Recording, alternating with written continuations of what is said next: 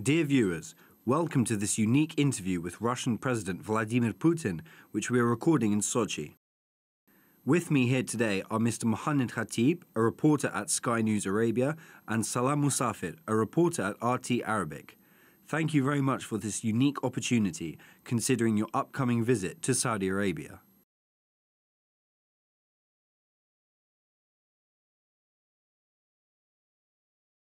It is my pleasure. I think it's a good tradition to meet with a country's media before visiting it. As for the visit to Saudi Arabia, we attach great importance to it. It is, in a sense, a return visit after the visit by King of Saudi Arabia, custodian of the two holy mosques, to Russia. It was the first historic visit. We consider it historic, and it really is. There is one more thing that I believe is important to note. In Soviet times, relations between Saudi Arabia and the Soviet Union were at a rather low level. In recent years, the quality of our relations has changed dramatically. We consider Saudi Arabia a friendly nation. I have very good relations with both the King and the Crown Prince. We have been making good headway practically in all fields. I will start with the economy. There is still a lot to be done, but we have set a good pace. Last year it was up 15%. In the first 6 months of 2019, growth was as high as 38%. We're considering some good joint projects. Our direct investment fund and the Public Investment Fund of Saudi Arabia have jointly established a $10 billion platform. $2 billion have already been invested. Work is underway on other projects, and some promising and interesting projects have already been implemented. We also consider it possible to operate on the territory of Saudi Arabia. One of our companies is exploring the possibility of building a petrochemical facility with investments of more than $1 billion. It is Sibur Holding, Russia's largest company in this sector.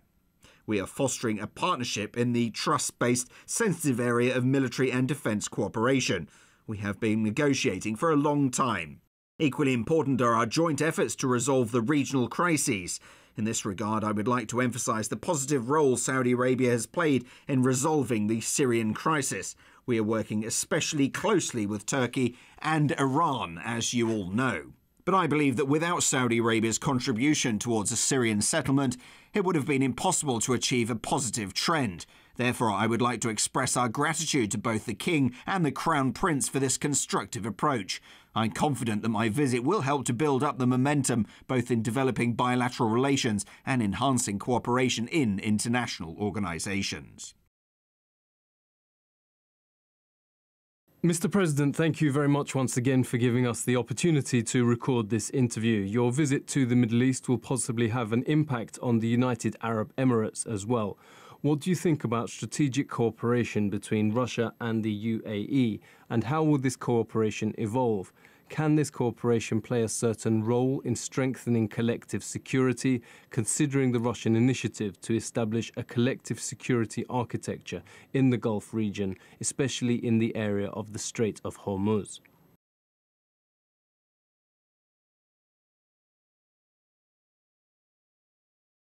You've just mentioned the strategic nature of our cooperation.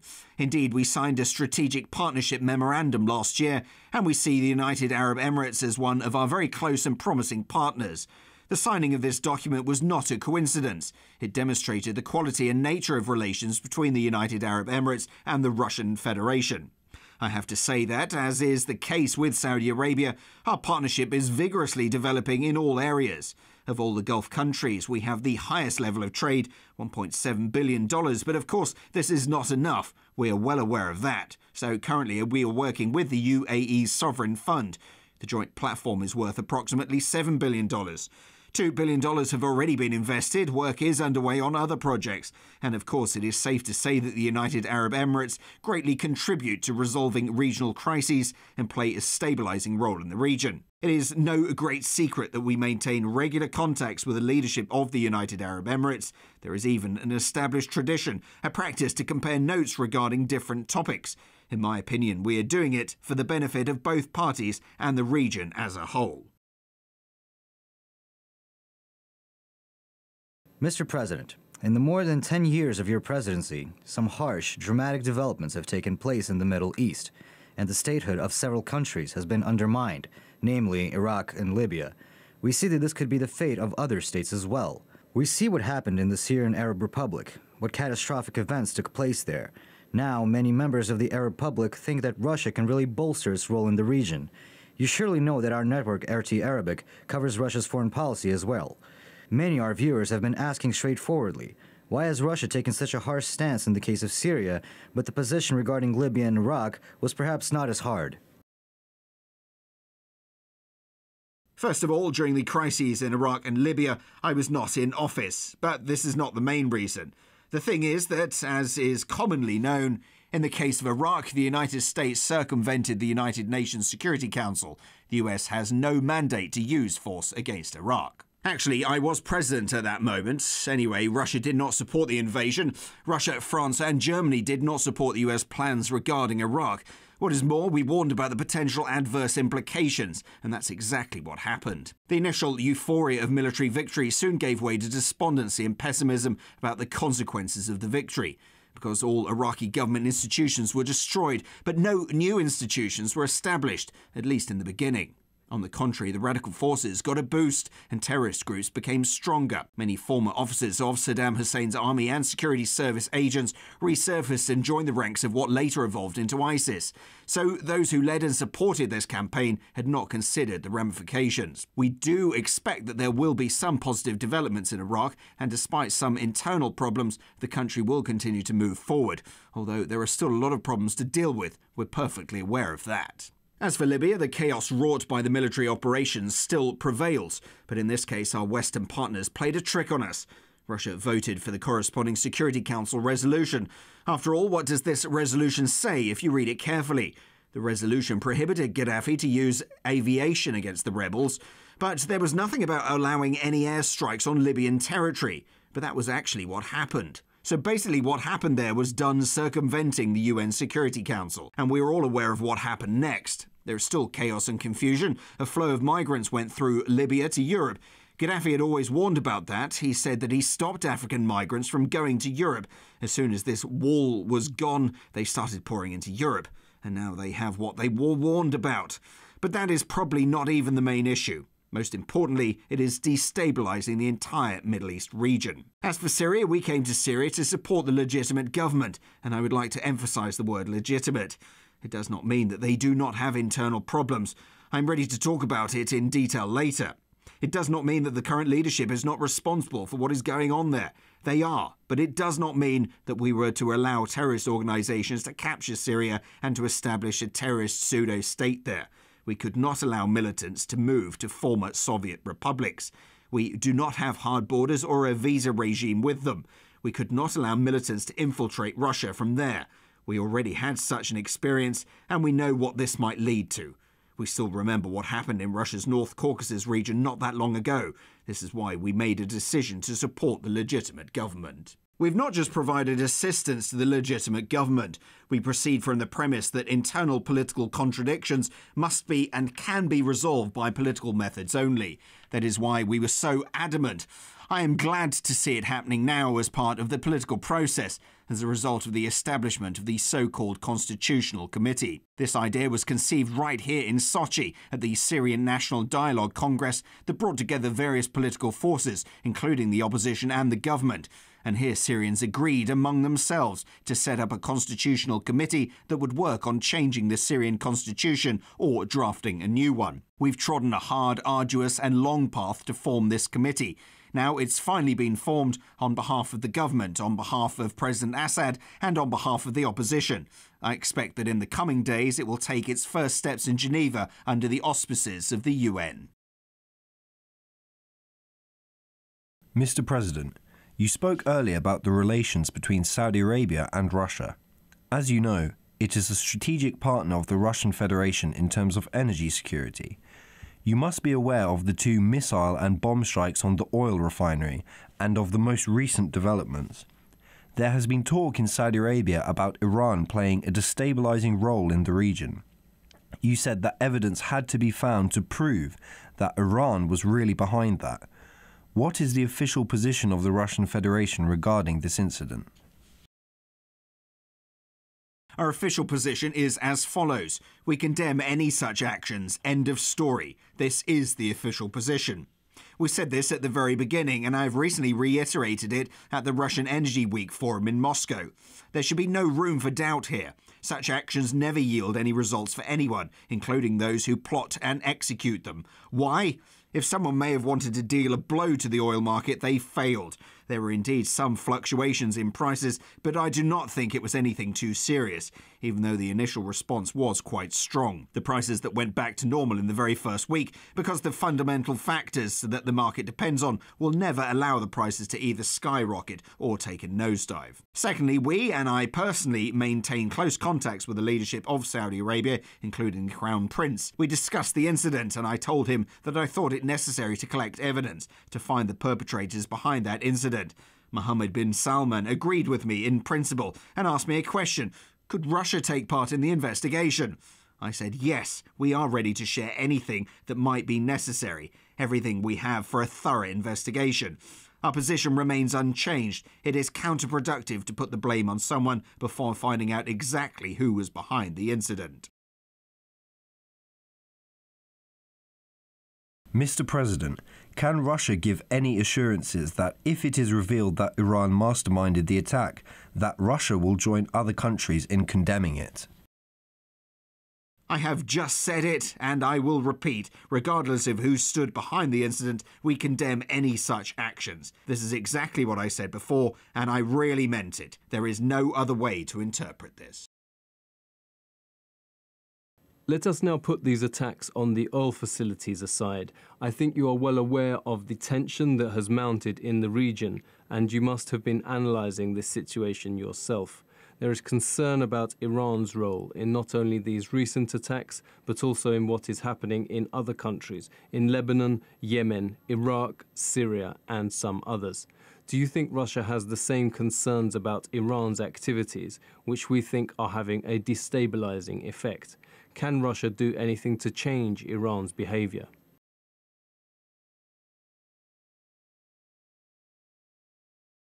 As I said, we have an unprecedented level of partnership. I would even say friendly relations with Saudi Arabia and the United Arab Emirates. But Russia will never be friends with one country against another. We build bilateral relations that rely on positive trends generated by our contacts. We do not build alliances against anyone. This is my first point. Secondly, you and your audience understand, I believe, that Russia and Iran are neighbours. This is a factor we always bear in mind. Thirdly, Iran is a major regional power, an ancient country with a rich cultural legacy. If we want to build good relations with a country, and I believe every country in the region would want to have good relations with each other, no one seeks a standoff or, perish the thought, any conflict. No one does. I know that there is no one looking for a showdown, and that is true for both Saudi Arabia and the UAE. If we want to set a positive agenda, we need to acknowledge that our partners have their own legitimate interests. I'm not weighing in on what is legitimate and what is not. I just want to underscore that it is only natural that a big country like Iran, which has existed on its territory for thousands of years and has its own interests. Persians and Iranians have lived here for centuries, and we should respect those interests. Of course, it is debatable what is legitimate and what is not, which interests are legitimate and which cross the line. However, you need to have dialogue to understand each other, to puzzle out all the nuances, intricacies and issues. Without dialogue, you cannot solve any problem. That is why I think I can share the concerns of the UAE and Saudi Arabia, but in the case of bilateral issues, it is up to them to resolve them. As for Russia, we will do everything in our power to create the right conditions for positive change. Russia has cordial relations with Iran and is on very good terms with our Arab friends. Back in the Soviet times, we did not have any particular deep relations with Saudi Arabia, but we were truly close with almost all the Arab countries. The Soviet Union was on very good terms with the entire Arab world. Today, we're back to the same level of partnership. Therefore, if we put to good use the cordial relations that we have with Iran, the Arab world, Saudi Arabia and the UAE, I think we can come up with something that would be of interest to everyone. Previously, I mentioned the positive role that we play in Syria. It's true that we, Turkey, Iran and Russia, work hard, shoulder to shoulder, to achieve positive results. However, it would have been impossible without support from Saudi Arabia, and we understand that. And of course, without assistance from the UAE as well. It means that, despite acute contradictions, there's still something that brings us together towards a common goal. You just need to find such a goal and then apply concerted efforts to reach it. That can create the right setting for the normalization of relations between the countries in the region. Staying with Iran, some say that the P5+1 talks should be resumed. Moreover, the common opinion is that the agreement should also cover the ballistic missile program. What is Russia's position here regarding the call to revive that framework and possibly modify the agreement, extending it to some other issues? There is the JCPOA, or the Iran nuclear deal, which specifies certain limits and commitments for Iran, and Iran has accepted them. Let us be frank here, otherwise the conversation will be too dull. The countries of the region do have some contradictions, and you have just mentioned them. There is disagreement between Iran and Israel, Iran and the US. I believe that attempts must be made to settle those disagreements, to seek a way out of the complicated situations that we observe today. However, if we agree that there are contradictions between regional powers and Iran, then who can take up the role of an arbitrator and decide whether Iran complies with the JCPOA or not? First and foremost, an arbitrator should be impartial, right? Second, an arbitrator should be professional. Third, it should be someone respected by the international community. We have such an arbitrator, the IAEA, the International Atomic Energy Agency.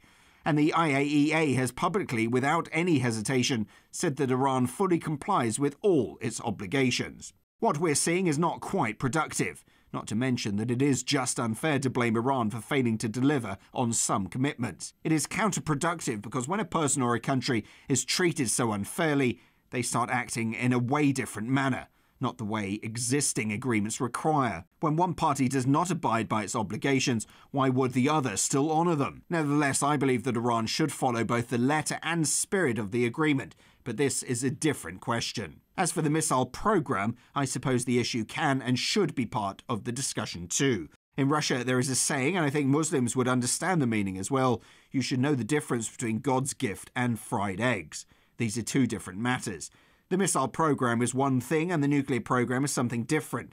It does not imply that the missile program should not be part of the conversation, especially since it raises certain concerns. There is a place for discussion, but let us not mix apples and oranges here. Otherwise, all the progress that's been made could be totally lost. Therefore, I think that such a discussion can take place, but it should not cancel out all the achievements on the principal track that is putting a cap on Iran's nuclear activities. I would like to ask you a question on the matter, namely security in the Gulf region. It has truly seen a lot of developments recently. There have been dramatic incidents, detention of tankers, a missile and bomb attack on the Syrian Aramco refinery, and the aggression that continues around Yemen. The recent attacks on Saudi Aramco's oil facilities strongly affected sentiment in the region, as we can see. In your view, what will be the impact of all these high-profile incidents on cooperation under Opec agreements? So far, regional power has not made any specific statements regarding Russia's proposal for a collective security strategy in the region. How do you plan to promote that collective security initiative? Do you think it will ever see the light of day?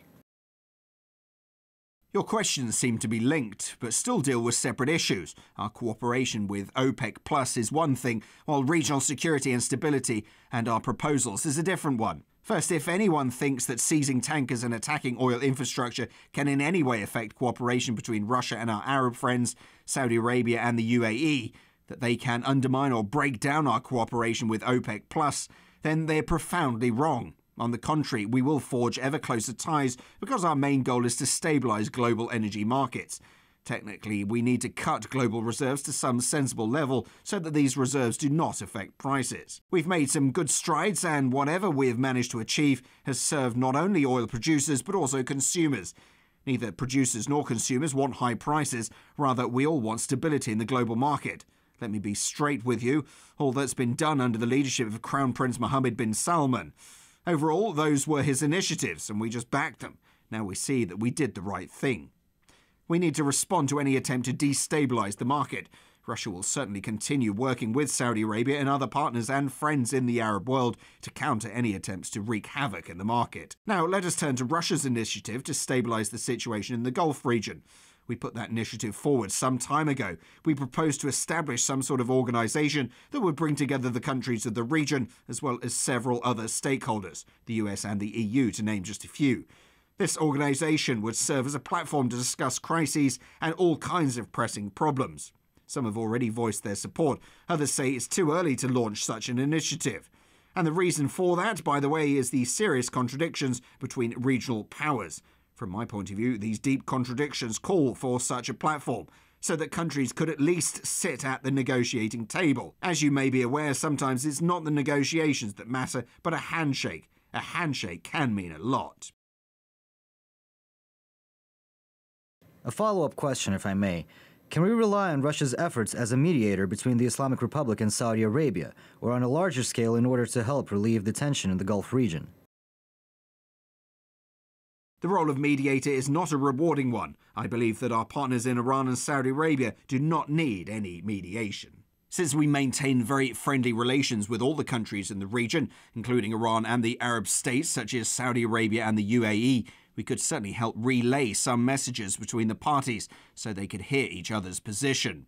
But since I personally know the leaders of these countries, I'm perfectly sure that they have no need for any advice or mediation. What you can do is maintain a friendly conversation with them and present some ideas from a friend's perspective. I'm convinced that as highly intelligent people, they listen and analyse everything they hear. From this point of view, yes, we could play a positive role in the process to some extent. Mr. President, if you allow me, I would like to ask a straightforward question. You have just said that all allegations against Iran in regard to these strikes are premature. You recently met with President Rouhani. Did he reassure you in any way that Iran had nothing to do whatsoever with these strikes and was not involved in this in any way? Yes, that is exactly what he said. He said that Iran had nothing to do with this. We met on the sidelines of an international summit. It was the summit of the Eurasian Economic Union, an organisation we created with a number of ex-Soviet states. A few months ago, the Eurasian Economic Union and Iran signed an interim agreement on a free trade area. We have a free trade area agreement with Singapore and Vietnam, and we're also working on one with Israel and Egypt. The Eurasian Economic Union has enjoyed a successful cooperation with many states across the globe. Iran is about to join this process, and we discussed these prospects just recently on the sidelines of the summit in Yerevan in Armenia. One more question, if I may, Mr. President. Russia certainly plays a role in the Gulf region, and your intelligence agencies have a huge capacity. It is hard to believe that Russia does not know what really happened to those oil facilities. Is it possible? Believe it or not, we do not know. I asked the heads of the Foreign Intelligence Service and the Ministry of Defence the very next day. We do not know. I will refrain from any further comments as to who should know in order not to hurt anyone's feelings. But I can say that we do not have any definitive information regarding the incident. Can we move to Syria now, Mr. President? You recently announced a suspension of large-scale combat operations in Syria, and everyone is now hopeful that political settlement will work. You spoke about it at the Valdai Forum here in Russia. You said that Syria could become a good example of how such conflicts must be approached and settled. Do you think that we can talk about a political settlement while other countries' forces are still deployed in Syria? I mean the United States, Russia, Turkey, and Iran. Is there hope to achieve stability in Syria amid these destabilizing factors?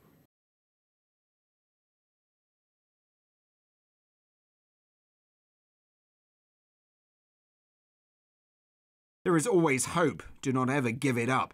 I can only agree with you that all the forces deployed illegitimately inside any sovereign state, in this case Syria, must leave. This is true for everyone. If Syria's new legitimate government chooses to say that they have no more need for Russia's military presence, this will be just as true for Russia. Right now, we are discussing this openly with all our partners, including Iran and Turkey. We spoke about it with our American partners many times, and I will be open with you as I have been with my counterparts. Syria must be free from other states' military presence, and the territorial integrity of the Syrian Arab Republic must be completely restored. Do you have a vision for Syria's political future? and what role does Russia play in it? It is a difficult question, and it is a question that only Syrians can answer. I hope that they do so, not by taking up arms and fighting a war against their own people, but through negotiations. In this case, as I said, in Geneva. The very first step along this path is to work on the country's constitution, whether by amending the existing constitution or drafting a new one. In either case, it must protect the interests of all the ethnic and religious groups. People need to know that they live in their own country and that it protects them by law. It must be equally true for Sunnis and Shia, for Alawites and Christians, because Syria has always been a state with many religions, and it could pride itself on this. Only insane people could have started a deranged purging campaign killing other people, as these terrorists did in Syria. Again, it will not be easy. It will be a difficult process, but I believe it can work. Do you know why I feel positive about it? People are returning home. We're talking thousands of people. They're returning from abroad and from other Syrian provinces. They are coming home. This is a sure sign of the trust they have in the situation we have today. They trust the government and its guarantees, and they trust the guarantor states. I'm happy to say that Syrians welcome and trust Russian troops and Russia's military police. The military police units deployed there are doing a good job. They're mostly Muslims from the North Caucasus, and the local residents trust them and feel free to ask them for help and protection. I have reports of such cases. I'm happy to say all this, but in order to have long-term peace, people need to find a way to settle things between themselves. The worst peace is always better than the best of wars. Let us leave the Middle East and the Gulf region for now. You always say that Russia-American relations need to improve, because otherwise, if there is a fault in these relations, this may change the situation for the worse, globally. Today, as you look at the Trump administration, as you read Donald Trump's tweets, do you see any hope for any steps to improve relations between the two countries? You surely follow the US President's statements, don't you?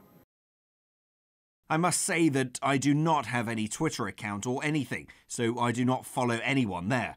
Of course, I get reports from my staff from time to time. The opinion of the President of the United States always matters. It is always very important for many parties and for the whole world. But I do not follow him personally. Let us assume President Trump is re-elected next year. Do you think he could be a more promising president? He might have more courage to de-escalate tension between Washington and Moscow. And will Russia be willing to resume dialogue? You work for Russia Today, don't you? Well, it is because of people like you that Russia will be accused of meddling in the election. Because you just said now that Trump could be re-elected. They will say, gotcha! This is Russia interfering with the election campaign. Jokes aside, we all know what President Trump says about Russian-American relations and how he talks about them.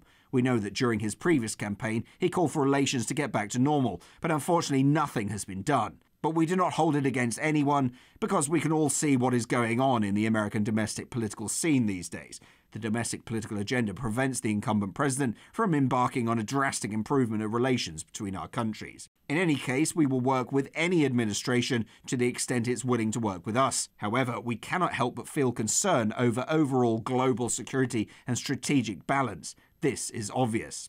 In 2002, and President Trump has nothing to do with it, the United States withdrew from the ABM Treaty, which, I would like to reiterate, was the cornerstone of the entire global strategic security system, because it imposed limits on the missile defense systems of our countries.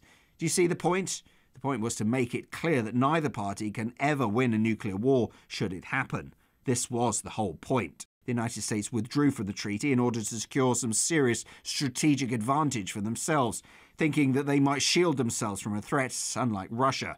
It would leave Russia in a very vulnerable position, while the US would be protected by an ABM system. Back then, I told our US counterparts that there is no way of knowing how well such a system would work, and so we will not waste tens of billions on it. But strategic balance must be maintained, which means that we will develop offensive weapons that will defeat any ABM system.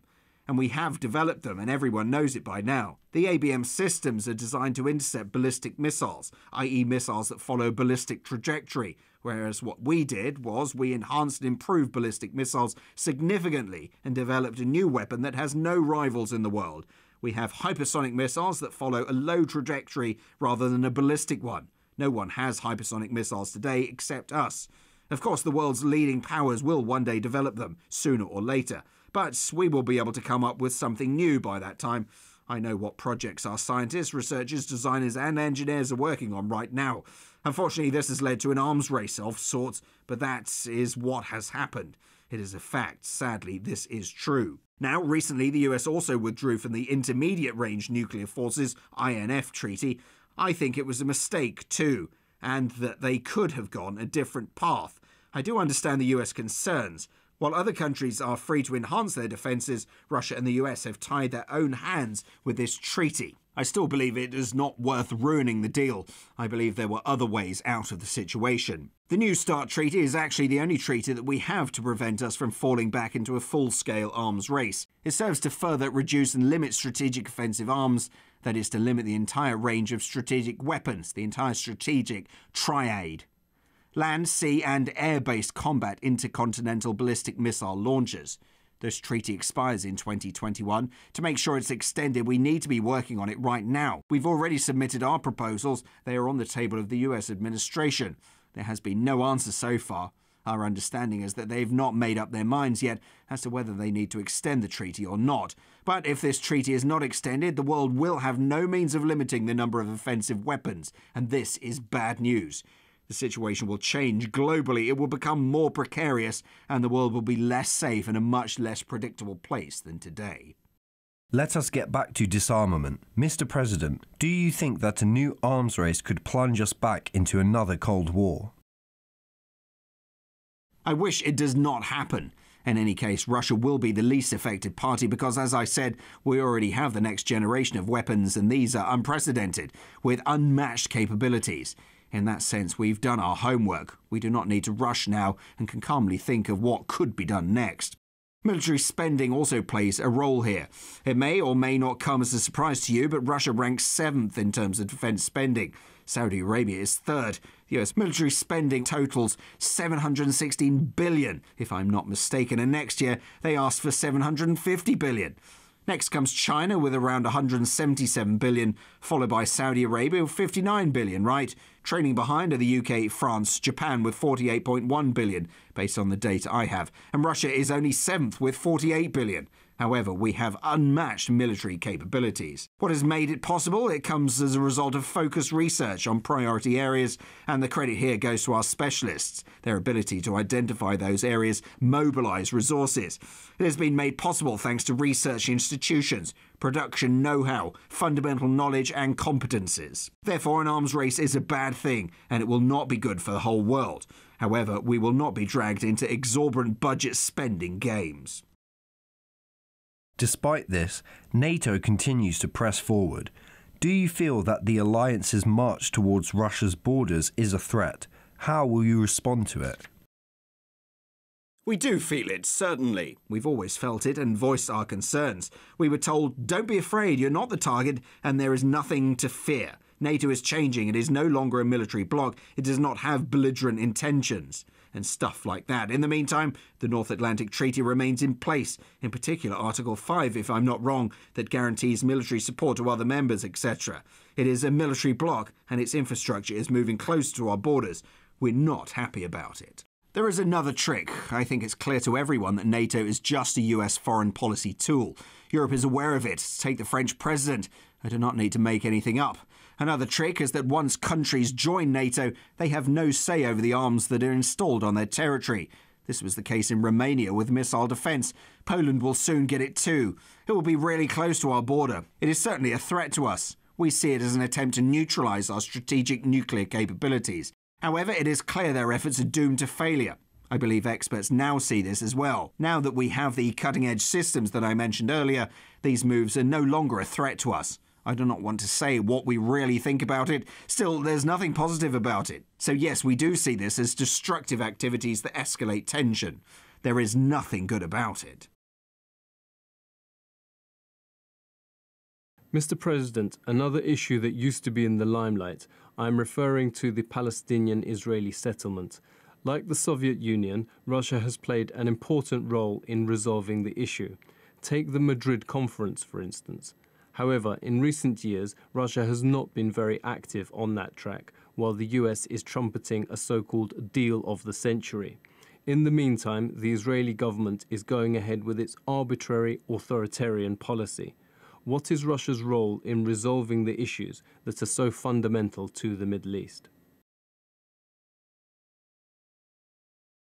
This does not depend on us or our actions.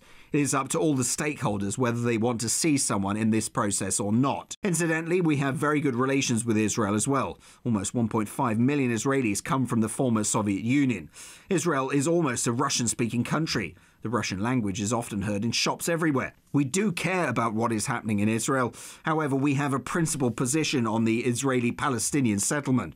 We're fully committed to all the UN decisions and believe that they must be executed. Now, on the deal of the century, we will support any deal that will bring about peace, but we need to know what it is about.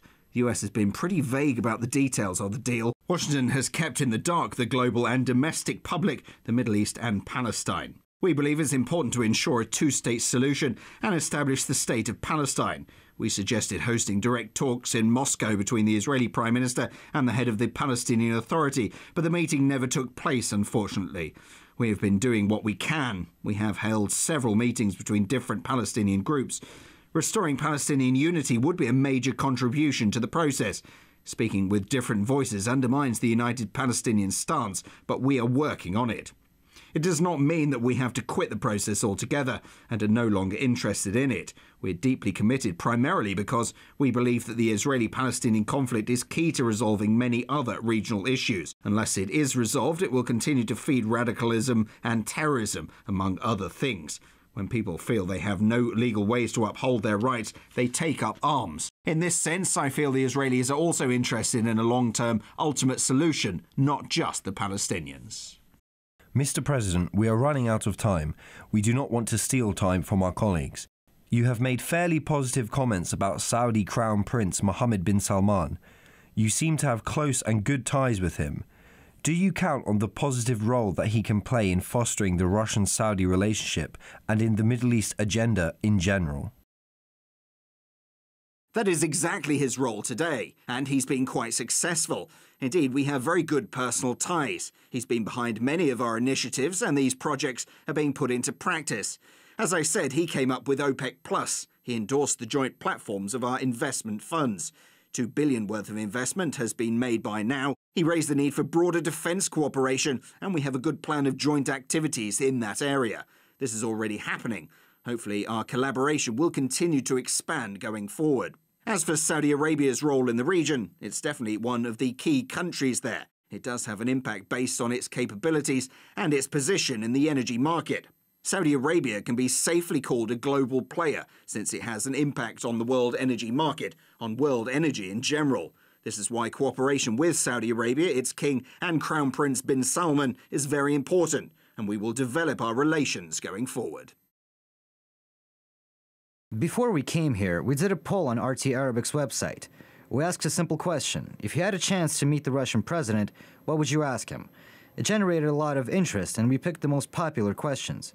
I will not list all of them, but one of the biggest concerns among our Arab audience is the future of Russian-Arab ties, when you will no longer be the president of Russia. What will be the stance of your successor on the issue? It is not about the name of the Russian president. It is about our national interests. It is in the interests of Russia and other nations of the Russian Federation to nurture relations with the Arab world. It's always appealed to Russia with its enigma, culture, opportunities and potential. I have no doubt that Russia is set to boost the pace of its interaction with the Arab world in the years to come. I will try to be brief. The Arab world is following the recent developments in both Russia and the Arab world as part of the so-called Arab Spring. The situation is rapidly changing in Sudan and Algeria. Tunisia just had an election. Do you see any positive signals? Do you think the region is entering a new phase that will culminate in a stable Middle East? Clearly, the region is not in a state of stability. We all understand it. We can see it with our own eyes. But all things pass. I hope it will be over one day.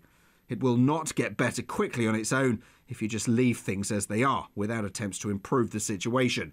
Russia will do all it can to make sure things get back to normal as soon as possible. We do not think that you can and should handle the situation from above. As I said, we have many friends in the Arab world. It is time to get Syria back into the Arab family, to reinstate it in the Arab League. We will work hard to bring it back to normal and to help our friends. However, the pace of the improvements will ultimately depend on the people who are responsible for the situation in their countries. I'm convinced stabilisation is inevitable, and I wish it happens as soon as possible.